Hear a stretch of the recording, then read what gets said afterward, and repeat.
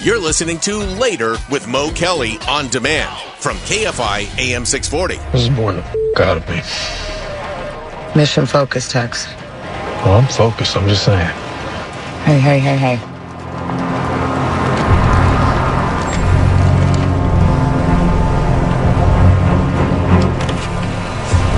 Where is she? She's on the mark. Can you pull and replace? Not here. I'll stay close. Have her reach out when she can. A Saudi royal marrying a Kuwaiti national. What do you think? Beats the out of me. You're the spy. What do you think? I think it makes no f***ing sense. All right. Stop. Turn to the right. You will walk forward to your car. You will get in. You will drive away. You will not look back in the direction of the house. Do you understand? Yes. Walk. It's Later with Mo Kelly, KFI AM 640 live everywhere in the iHeartRadio app. And right now you can see actor Jonah Wharton, who you were just listening to in that clip, as a series regular Tex on my favorite show, bar none, Lioness, on Paramount Plus, and its season finale is coming up this Sunday, December 8th. And you can also find Jonah Wharton on the upcoming episode and season finale of NCIS Origins, which is Wednesday, December 4th. That episode is titled Vivo or Muerto, Life or Death. The very busy Jonah Wharton joins me now here in the KFI studio. Jonah, it's good to see you, man. Thank you for coming out tonight. Oh, thanks for having me. That was cool listening to that. Brought me back to season 1. You're right, there are a lot of F-bombs. That's my kind of show. And I've seen your work over the years. You are a chameleon. I'll see you one way in one show, and you're presented very differently another way. And I wonder if your acting is derivative of your life growing up. The reason why I say this, because I'm quite sure you met some very colorful people along the way. And do I have this right? You were growing up in and around San Francisco in a houseboat community of bohemian squatters. Yep, that's right. That sounds about right. I'm from Sausalito, the waterfront right there. It's an interesting community. But if I just listen to your voice, the timbre and the cadence, I would swear you're from like Texas. I don't know. I'm not the first person to say that. Not the first person, no. I've argued with my wife actually about it. I'm like, from Texas. No, I'm from the Bay Area. I've just got a lot of different influencing my speech, and who knows. And it's interesting because you are playing someone whose name Tex now, so it's not lost on me, the irony. But going back to that houseboat community of bohemian, by the way, not from Texas from New Jersey. New Jersey, right. So yeah. It's weird, but we're going real deep in the show, but we'll do that in just a second. But take me back to this houseboat community of bohemian squatters. What does that mean? What does that look like? What does that sound like? Well, my mom bought her first home there in the 70s. She bought it for $70. Basically, the houseboats out there, you could, people found a loophole where you could not have to pay rent because the water is unincorporated. Mm-hmm. So it's in Sausalito, but once you're on the water, you're outside of the city limits, and there's no way they can stop you. So people bought boats, put anchors down, and just built up a community just floating on the water there, basically to avoid paying rent. Okay, that's home for you, but what is your day-to-day life like? How are you going to school? How are you interacting with other people? What's that like? It wasn't that different. We just walk off the boat, walk on the land, and I'd walk to school. I'd have to walk about a mile to school when I was, middle school and all that. Meet up with other kids in the area along the way, and we'd walk to school. And yeah, it wasn't as noticeable to me being there. It was just, when I go home, maybe people would talk about me living on the boat. Right, that's what I was wondering. It's like, what are kids in the way that they may tease other people? What were they saying? How did they view your lifestyle compared to their lifestyle? It was different. It was definitely different for them. They just teased me. It's just weird to other people. So I get teased. Don't rock the boat. So, growing up, what were the dreams? What were the aspirations? Growing up, I wanted to play basketball. I was a basketball player. I had never even considered acting or going into this world. I was just obsessed with basketball, an athlete. But could you ball? Yes. Yes. Very confidently. That's what I do. Still do, right? I still play. Yeah. I got hurt in high school. If I wouldn't have blown out my ankle, I'd have been in the league right now. If you would have, could have, should have. You know how it goes. But also there's an LA portion to your story, which is connected to acting. What brought you to LA? When did you get to LA? And what happened when you got here? I came to LA on a whim in 2002. I'd done a year of community college. I went to a small community college in the Central Coast to play basketball. That wasn't working out. I was like, let me get the hell out of this small town. It was just terrible. It was boring. So I was like, what's the next thing I can do? Let me come to LA for a year and just hang out. So just on a whim to do something different, I moved down to LA and just started life here in LA. And still had no idea that acting was going to be in your future. No idea. No, I even worked at a restaurant in, it was Norm's on La Cienega. Everybody knows Norm's. Yeah. That was the first job I had in LA. I was just trying to figure out how to get enough money to pay rent and get by. And I remember there was a couple of waitresses there working and they were aspiring actresses. And I thought it was hilarious because I thought that was a stereotype that wasn't really true. Oh, no, it's very true. Like, oh, this is a real thing. People really come here to do it. It's ridiculous. It didn't even, and even after that, it was in for another like 5 or 6 years that I really got into it. This next question I'm asking respectfully, if only because I wonder, did the people that you were working with, those waitresses, did they ever make it beyond that? I don't think so. I don't know. I didn't work there for long. Well, I think I was this 19 and I worked there for about a month. But it's truly one in a million. You think of the number of people who've moved to LA who have this dream and fantasy and it's never realized. So what was the impetus to try acting? You heard it from your coworkers, as it were. What made you think that, well, maybe I should try this? It was a slow process. I think with the thing that really got me started is I got lucky. I got a commercial. I was dating a girl at the time. She hooked me up with her commercial agent. I went out and I booked a Burger King commercial. And I was like, oh, this is an easy way to make money. Now, to me, it wasn't acting yet, but it got me in SAG. And wait, you just went out on one audition and you got a commercial just like that? A couple. I didn't know what I was doing. That wasn't acting. I walked in there and pretended I was eating a Whopper. And next thing that night, they're like, hey, can you come eat a Whopper in this commercial? And was it one of those national deals? Yeah. Oh, that paid well. Yeah, that was nice. When I got that, because I was broke, and they're like, oh, you're going to get $30,000, $40,000, $50,000 out of this. I'm like, well, this is a good career. How much work was that one commercial? 4 or 5 hours? Yeah, about that. Yeah. I auditioned and I worked the same day. I went out, I looked at there like, hey, I think somebody dropped out or who knows the story, but they needed me there that night. So I went in at 9 p.m. I was out by 3 a.m. I understand back in the day, especially, it was much more difficult to get your SAG card. You'd be able to get some lines and be able to be authentic in that way. What was your next step from there? Then I just hung around waiting for things to happen and nothing did. What year? So it wasn't, this was 2006, 2005 or 6. Yeah. And, but it planted the seed, and then I was like, oh, I want to act, but I had never taken a class. I didn't know anything about the craft. And then I finally ended up just going to a few classes, trying to figure out what this thing is about. Went to a few classes, booked a few commercials, and the rest. I didn't book a few. I wasn't booking. I got one that planted the seed. And that just planted the seed. And once I found a good place, I was like, oh, this is something you can actually work on and practice and get good at. It's not just, once I learned to respect the craft, because I had no respect for acting. I was like, oh, that seems easy enough. You just go up there, say some words, and I could do that. And then once I found a class that really taught me, like, oh, okay, this is something you can work at, and got into it. And we're getting ready to go to first commercial break. What was that moment where you booked the job where you said, I might be able to do this as a career? I think it wasn't even a job that gave me that. It was being in classes and seeing like, okay, I've got like a little natural talent for this. And then I just got obsessed. I have like a one-track mind. So I just got obsessed with the craft. And it was just that basketball kicking in? The competitive nature? Yeah, totally. Once I lock in, I'm like, that's it. So then I just decided I'm going to do it. Oh, you like playing defense? Yeah. Uh-huh. Oh, you got lockdown that? defender. You got that? I played ball. I'm a little bit older than you, but I played ball back in the day.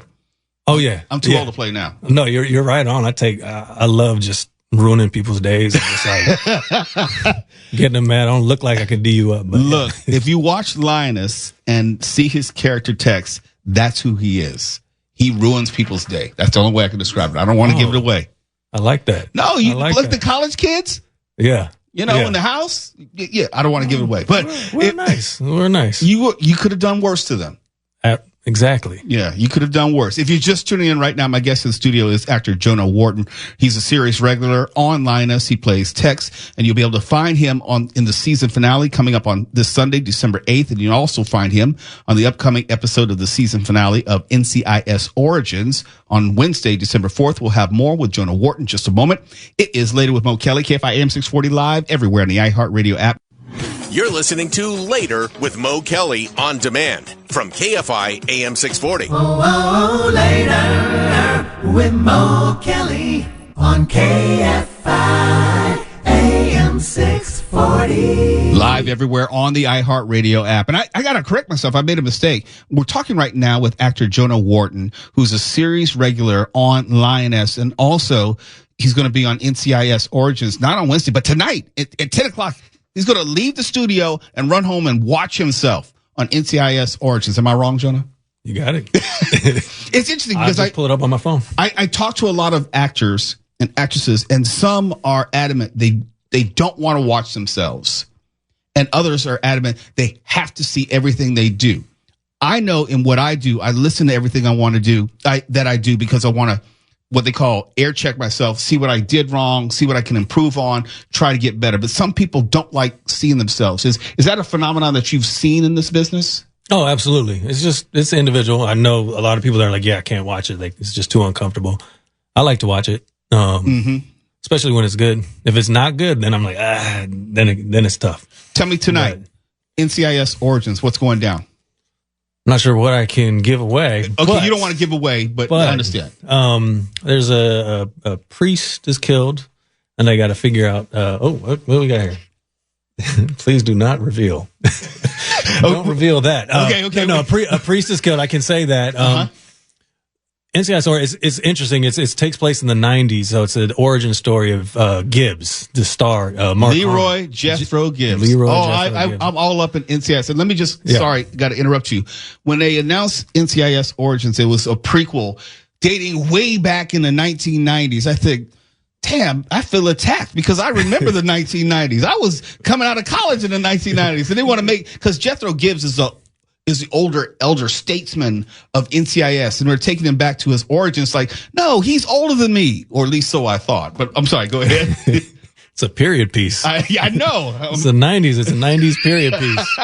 Yeah, it's good. So it's the show is just letting you know how all those characters, specifically Gibbs, turned into who they are now, or in NCIS. So it's a little different take on that. It's just the name says it's the origin of that, so it's just following that whole storyline, how he got there. Did you have any professional connection to the NCIS universe prior to doing this? I've been on NCIS LA and that's what regular I thought. old NCIS. Yeah. So yeah, I've been in that world. Different characters, different thing, world, obviously. different characters, but there still was a degree of familiarity with what it represents and why it's so damn popular, and it has these sprawling franchises. I loved it. I was always a fan of the original more so than NCIS Los Angeles, maybe because I spent the most time with it.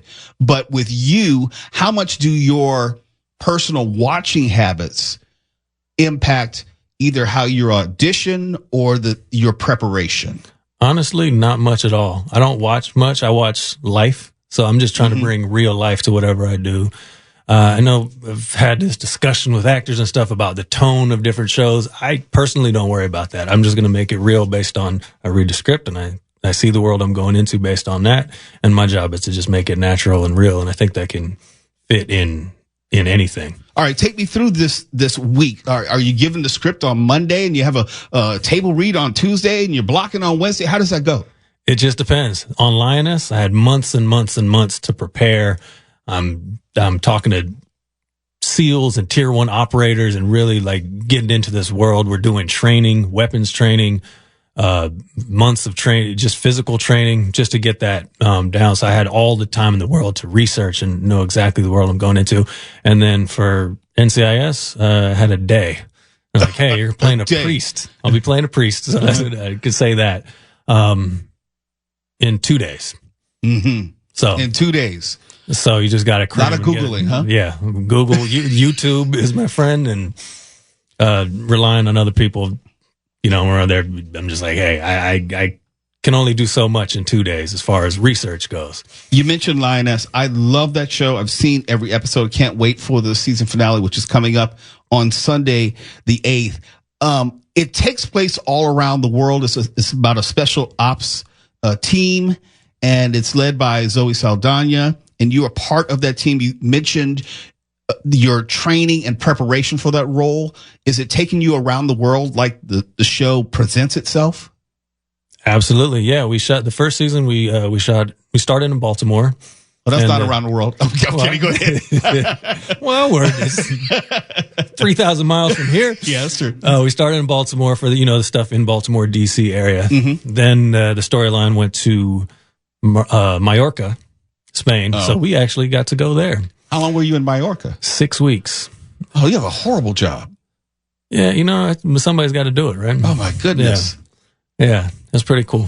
Where else? Because and then after Mallorca, was working hard. It's very, very hard work. And Mallorca. After that, we went to Morocco. So the stuff in season 1 that was supposed to be Iraq, yes, Iran, that we shot that in Morocco. Is Morocco as gorgeous as I think it is? Yeah, Morocco, it's amazing. It's beautiful. I didn't get as much of a chance to see Morocco because I was working every day that I was there. Mm-hmm. Mallorca, I had a lot more time off. We were there 6 weeks. I explored the whole island. That place is the most beautiful place I've been. Morocco's pretty special too. I often talk about Lioness on this show. I am an uber fan of all things Taylor Sheridan. He's one of those people who not only creates great shows. You want to talk about Yellowstone or Landman, which I'm into now, and you'll see some of the same actors overlapping and crossing into the different universes. But I also see him on Lioness. What is it like having the series creator working alongside you as an actor in an episode or two? It's great. I mean, he created the whole thing. You just trust his vision. He knows what he's doing. He knows what he wants. So when he's working and directing, it's just, we move so quick. He knows exactly what he wants. There's no wasted anything. And yeah, I love it. He just wants it to be real. I think that's why he picked me, is just kind of, that mentality of like, hey, he's created this whole world, these amazing scripts. It's ridiculously talented as a writer, so it's just our job to come in there and not mess it up, basically. You may not see his writing process, but I'm thinking, like, how does he have the time to write, to edit, to direct, and also perform, be in scenes? Not just one show, but 4 or 5 shows. You talk about Tulsa King and all the other shows that he's working on simultaneously. I have no idea. It's crazy. That is insane. I don't know how he does it. Maybe he doesn't sleep or what, but he does it. He writes every single episode, the whole thing, the entire season is all him. Then he jumps off to Yellowstone and 1923 and all these other things. And I don't know. I wish I could tell you. I have no idea. He's superhuman. Mm-hmm. But is he the person who's guiding all the auditions? Yes, he picks everyone, but is he that person who's there from beginning to end of the audition process?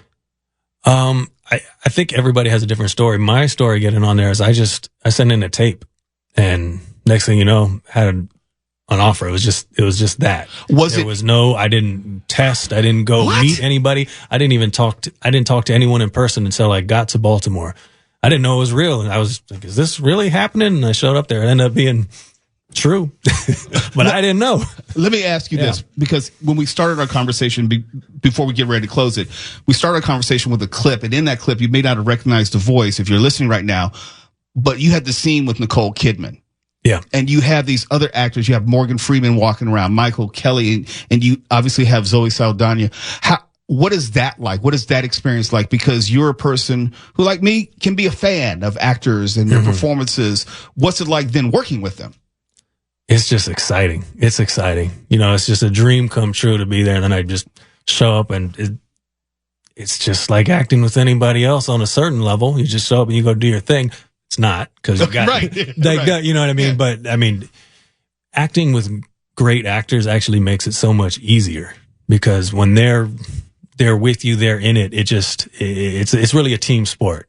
So the better the actor you're in a scene with, the easier it is for me. So just you just react and go with it. So I have one more question, and no one's listening, and not even your wife who's sitting right next to you, so don't mind her. Okay. What's it like doing a scene with Nicole Kidman? Oh, she's the most fun. She is the most fun. Don't get in trouble. She's now. in it. Okay. Oh no, not not like that. I'm saying just don't get in trouble. That's all I'm saying. No, it's okay. No, she is just the most fun. She's doing something different on every take. She's in it before the camera starts rolling. Mm-hmm. The first time, I think the scene you were playing was the first time I did a scene with her. Mm-hmm. And I remember that scene well. Yeah, because you getting ready to shoot her because you didn't know who it was rolling up. Right. And the funny thing is, I had met her the day before. That was the first time I met her, and then she, we're ready to do the scene, and she was very friendly. She's so sweet and nice. So I met her the day before. So I came up there today. We're about to do our scene. I'm like, hey, how are you? And she's like, I'm pissed off. I was like, oh. In character, pissed off? In character, okay. Pissed off. Yeah. Mm-hmm. I mean, I wasn't sure for a second either, but then I was like, oh, I got it. Mm-hmm. She was in it, so I'm like, let's go. I need to get you out of this studio, and I mean this respectfully, because you're getting ready to come up on NCIS Origins in about 30 minutes. Congratulations to you, Jonah Wharton, on that. And also be sure to check out Lioness Season 3 finale this Sunday, December 8th. Season 2. Oh, Season 2? I'm just messing stuff. Yeah. It's all running together in my head. Season 2. But, you got to get me one of them Lioness hats. Those are pretty cool. I just got this. What? It's crazy. They don't give you like swag all the time? I'm trying to. No. Very quickly. We probably should get a lot more. Shout out your social media, please. I'm on Instagram at Jonah Wharton, and that's it. That's my social media. You make it real easy. I like that. Yeah. Can you make sure that you come back and see us again? I've so enjoyed this conversation, and we can talk about all things San Francisco, LA, basketball, acting, and everything in between. Absolutely. I'd love to. Thanks for having me. All right. Make sure you're a Lakers fan, right? I'm a Warriors fan. All right, we're going to end this conversation right now on a good note. And a Kobe fan. When it was Kobe, I was a Lakers fan. I'm one of those Lakers fans. I'm a Kobe fan. All right. Jonah Wharton, thanks so much for coming by this evening. All right, thanks for having me. You're listening to Later with Mo Kelly on demand from KFI AM 640. It's only 2024, and I'm not like a math professor. I know that we still have 3/4 of this century left. But Billboard magazine decided to come out with a list of the greatest pop stars of the 21st century. The 21st century still has a long way to go. I can understand if Billboard came out with a list of the top 25 pop stars of the first 25 years, and maybe that is what the list is, but they didn't bill it as that. It is literally billed as Billboard's greatest pop stars of the 21st century. And any list of the greatest pop stars, which has Ed Sheeran on it, is suspect. But there are 25 names, but we'll start with number 10 and work our way up. Stefan, do you have any guesses as to who is in the top 10? I think I would say Elton John. Oh, the 21st century, not the 20th century. Oh, I don't know. Mark Ronner, do you have any guesses before we get going? Whoever that guy is with the crap all over his face. I don't care. Crap all over his face? Post Malone? Post Malone. Okay. I'm just trying to devalue, because when you started off with the premise that this is their list for the 21st century, it's like you've already invalidated the whole thing. Hello. What are you doing? All right. 25 was Katy Perry. 24 is Ed Sheeran. 23 is Bad Bunny. 22 is One Direction. Gotta be kidding me. 21 is Lil Wayne. 20 is Bruno Mars. I think he would be higher on this list. 19 is BTS. Don't tell me BTS is above Bruno Mars. That stuff's popular. I guess so. 18 is The Weeknd. 17 is Shakira. 16 is Jay-Z. Don't understand that. 15 is Miley Cyrus. 14 is Justin Timberlake. Has Justin really done anything this century? I mean, not recently. Just the DUI. Sure. Ooh, that's not wrong, though. Yeah, don't get mad at me. 13 is Nicki Minaj. 12 is Eminem. I guess because Eminem's whole career has been in the 21st century. 11 is Usher. So let's get to the top 10. Coming in at number 10 of Billboard's greatest pop stars of the 21st century.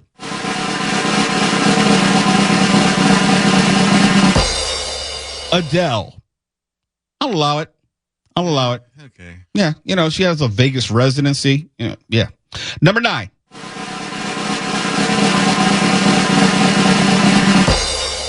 Ariana Grande. I would more accept this maybe a few years from now, but it feels like it's wicked promotion. What's the term you throw around pretty often? Is it recency bias? Recency bias, Yeah, yes. I think we got a little bit of that going on.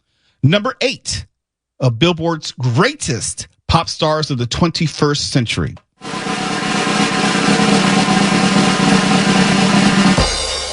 Justin Bieber? ? Wow. Number 7.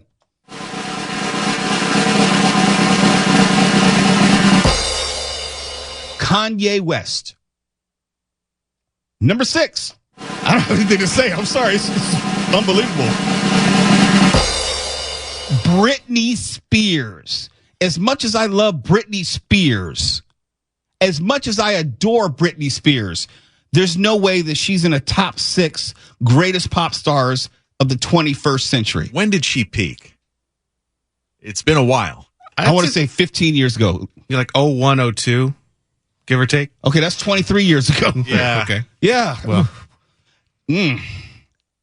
Number 5.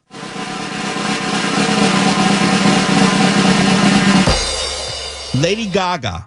GTF. Put it this way. She's on the list, but she's not number 5. And she's on the list for the first 25 years, but not of the century. Look, I understand. They're basically saying the top pop stars of the first 25 years, but that's not the list. That's not what they're calling it. They're calling it the greatest, which says to me all time, of the 21st century. They didn't say prorated for the first 25 years. Lady Gaga at number 5. Number 4, and I'm really going to start making people mad now.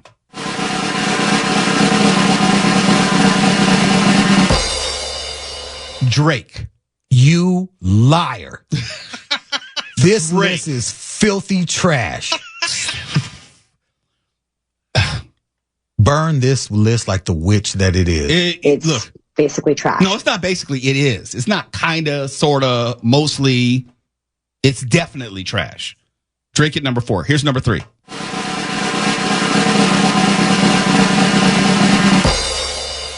Rihanna.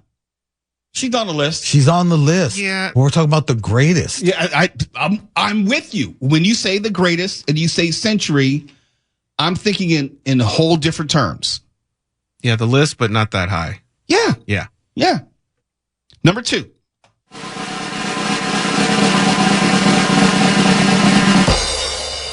Taylor Swift. I'll allow it. Yeah, you got to have her. She's Yeah. Taylor Swift is on the list, but this is still a list that's dealing with recency bias. Taylor Swift within the last, I'll give her the last 10 years.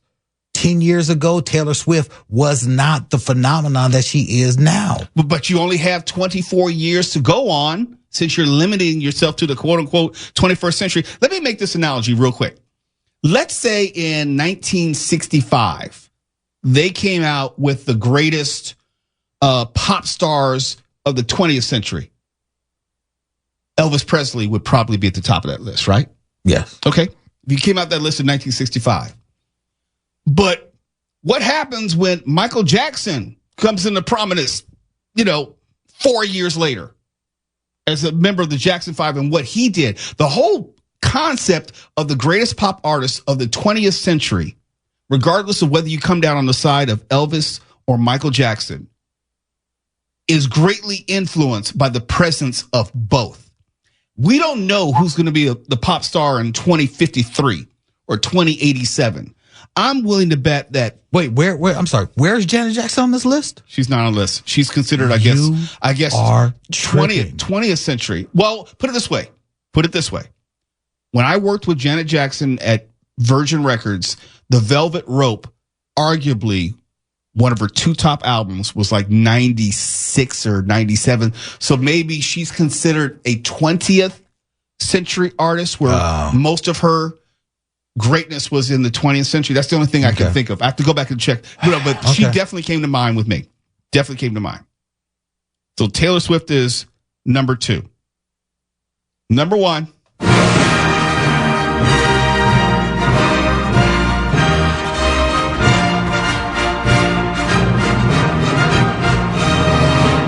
It's got to be Beyonce. If not Taylor Swift, given this list, is Beyonce. Is she the greatest pop star of the 21st century? Maybe so far. It's between her and Taylor Swift, 21st century, if you're thinking about only from the year 2000 to 2024. Okay. But if they rename the list like of the past 50 years, it's a whole different conversation. Taylor Swift and Beyonce, Janet Jackson is right there. Right there. Yes. When you talk about selling out arenas the world over for a longer period of time, if you say the past 50 years, Janet Jackson is probably. And that's what I'm saying, though. Janet Jackson is still, her last show, she still sold out arenas. She was still selling out huge venues. Yeah. And this is just a few years ago. Just on her coming back and doing a tour. So that's what I'm saying. You cannot discount someone like Janet Jackson who's still performing. You know what? I would even put Michael Jackson on this list. He died in 2009? Yes. And he was getting ready for one of the greatest tours ever. And his tour still stood the record then. Don't tell me that Michael Jackson did less before his death in the 21st century than Ed Sheeran.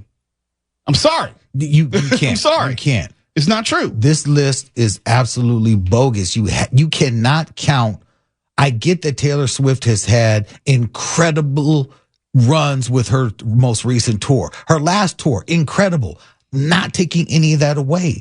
But her body of work next to Janet Jackson's body of work pales in comparison. Janet Jackson has been touring and doing major shows as long as Taylor Swift has been alive. Yeah, I would just have to look at what Janet Jackson has done in the 21st century. I still believe, that's something to look up, but this list is trash. Yes, I know it's clickbait. Yes, I know it's rage bait. Yes, I know we got to go to break, but no, we don't. No, we don't. We're skipping. Where's Prince on this list? He didn't die till 2016. That's another one. And he was still doing major shows. The dude went and sold out the Staples Center 3 nights in a row off of a bad album. A very bad album. 3 nights in a row. Actually, he did more. Yeah. That's a great point, Mark. That's a great point. Okay, let's bail on this dumpster fire. It's Later with Mo Kelly. KFI AM 640 Live everywhere in the iHeartRadio app. You're listening to Later with Mo Kelly on demand from KFI AM 640. And before we get out of here, Tuala and I were going back and forth during the break about all these artists who were overlooked, unjustifiably put on this list, the Billboard's greatest pop artists of the 21st century. And we're only a quarter of the way in. And I was saying, not only are we disregarding who's going to come that none of us know about in the latter 3/4 of the century, the people who are on this list are not really the greatest, because, we're just thinking Mark Ronner had a great recommendation or an omission in Prince, because Prince didn't die until 2016. And I'm quite sure his body of work in the 21st century was far more than Ed Sheeran or even Katy Perry. No disrespect. Absolutely. I'm just, Absolutely. it's not just me as an old person saying I'm partial to Prince. No, you can check the stats.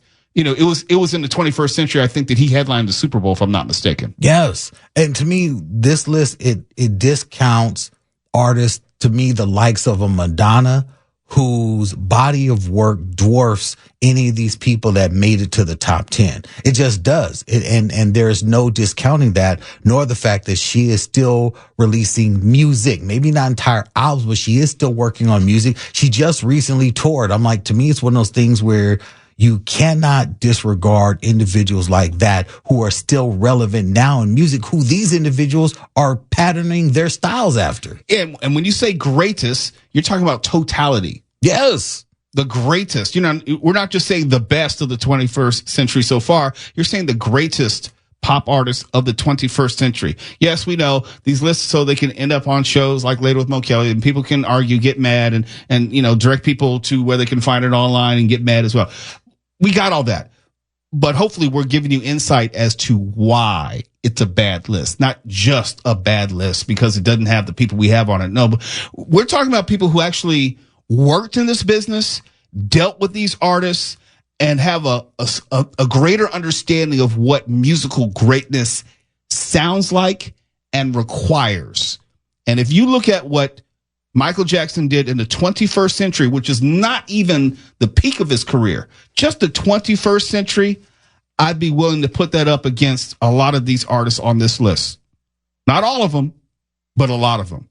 I can't say that Nicki Minaj at number 13 had a better 21st century than Michael Jackson or Prince. I can't say that. No, and unfortunately, Nicki Minaj, she started off like a megastar, and then she was quickly challenged by the next Nicki Minaj-esque artist with the one who talks funny. You know what?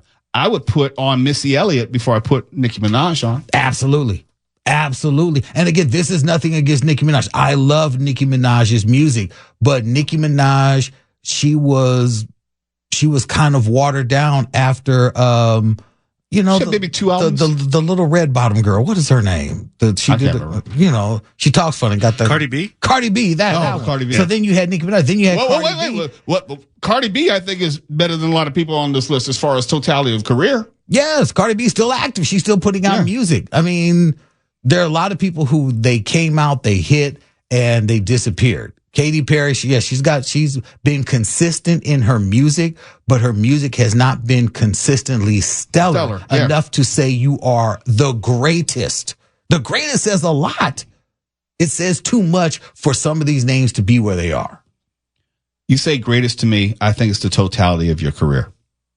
And I don't know, you know, I can't speak on Bad Bunny because I'm not his audience. I know he's very popular, but I just can't speak on Bad Bunny. I think it would be out of place for me. But does Bad Bunny rank higher than Shakira? Well, Bad Bunny's 23, Shakira's 17. Okay. Yeah, Ooh, okay. I know what you're talking about there. All yeah. right, okay. More apples to apples. I just don't think that Ariana Grande is top 10. Not yet. Maybe 10 years from now. Yeah, because she had a stellar first album and a okay follow-up. And when I say okay, it wasn't as many millions sold. Yeah, but also I'm quite sure they're putting into this the idea of being one of the judges on The Voice and that kind of thing. I think the perception of artists and greatness is greatly influenced by the visuals being seen, not necessarily the accomplishments or the artistry. When you talk about the greatest pop stars, stardom, they're probably taking into account things that we haven't even taken into account. But it's still a BS list. That's all there is to it. Got to let you know before we go, the 14th annual KFI Pastathon is here. It is tomorrow. It's not too late to donate now or bid on an auction item like co-hosting Later with Mo Kelly. You can do it at KFIAM640.com/Pastathon. Go to any Spartan Final store and donate any amount at checkout. You can head into any Wendy's restaurant in Southern California and donate $5 or more and get a coupon book for Wendy's goodies. Come out and see us tomorrow, Giving Tuesday, from 5 a.m. to 10 p.m. Later with Mo Kelly, we specifically will be giving away T-shirts. We'll be giving away coffee mugs. We'll be giving away keychains. We have a grand prize gift basket for one lucky attendee. You got to be in attendance, and that's all tomorrow. We will see you tomorrow, and don't forget, we're teaming up with Wild Fork Foods Orange County locations for a give back event tomorrow only in Costa Mesa, Laguna Niguel, Mission Viejo, Huntington Beach. All you need to do is do your regular shopping and at checkout say KFI Pastathon, and 15% of your total will be donated to the KFI Pastathon for Katarina's Club. We'll see you tomorrow live at the Anaheim White House. KFI AM 640, We're live everywhere on the iHeartRadio app. Remember when you used to have a radio to listen to KFI? KFI. And KOST HD2. Los Angeles, Orange County. Live everywhere on the iHeartRadio.